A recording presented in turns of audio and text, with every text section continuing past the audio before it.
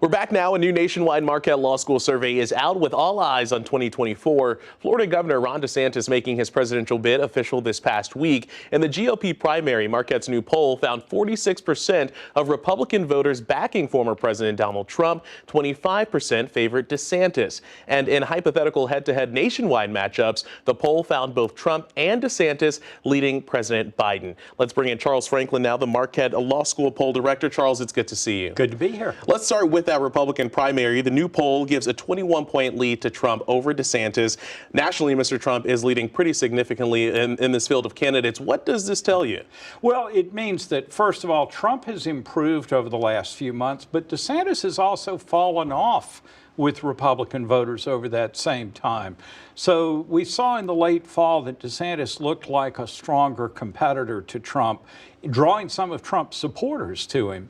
But in the time since January, we've seen maybe Trump's criticism start to take a toll on DeSantis, and DeSantis' slow rollout of his campaign, too. I think there's still a wide open field here, but it's clear that Trump has increased his edge and has hurt his strongest competitor. We just broke down those head-to-head matchups, the hypothetical head-to-head matchup. Something that struck me about your newest data, a quarter of voters say that they don't want any of these candidates. And I think that is really the headline here, is when we offer Trump or Biden or DeSantis or Biden, a quarter of people say they'd like somebody else or wouldn't vote for that.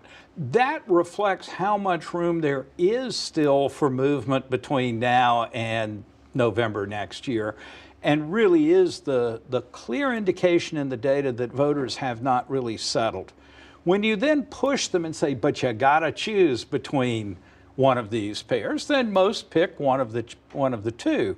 But if people had their druthers, they'd rather have some other option. You asked specifically about President Joe Biden. 57% of Democratic voters said that they don't want him to run for re-election. How significant is that? I think it's pretty important, but it also reflects that sort of wishing for some perfect outcome instead of what you have.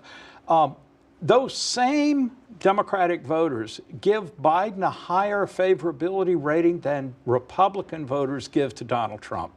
So it's not that this majority of Democrats who don't want him to run dislike Joe Biden. It's just they wish he was 15 or 20 years younger, or they wish some favored alternative were available. At the moment, those alternatives are not on the horizon on the Democratic side. There's still such a long way to go with all of this. What does this tell you about what we should be watching over the next year? Yeah, I think early polling is informative for showing us the trajectory of the race. It's like watching a movie, right? You don't know what the end is going to be just from the opening scenes.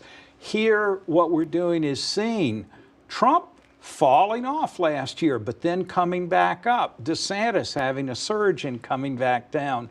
Let's keep watching this, and those voters that are not completely happy with their choices, how do they ultimately make the choice? Who do they go to? And over the next almost year or more than a year, settle in to backing a candidate. Charles Franklin, always great to have your insight and analysis. Thanks for being here. Thank you. All right, up next, Memorial Day weekend tributes.